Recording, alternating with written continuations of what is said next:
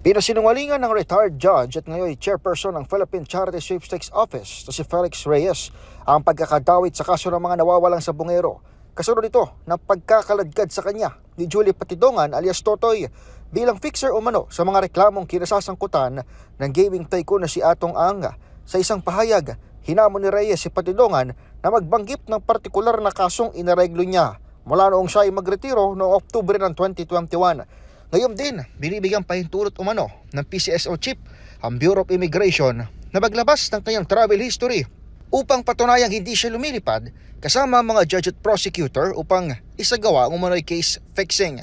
Una nang kinumpirma ni Justice Secretary Boying Remulla na kasama sa iniimbestigahan ng isang PCSO executive at dating judge makaraang isabit ni Patidongan. Pinagdudahan ni Reyes ang timing na naturang statement na lumabas umano isang araw makalipas siyang magsumite ng aplikasyon bilang ombudsman. Nabatid na parehong aplikante sa posisyon sina Remulla at Reyes. Para sa MBC TV Network News, ito si Edniel Parrosa na Laser H. Una sa Pilipinas, una sa Pilipino.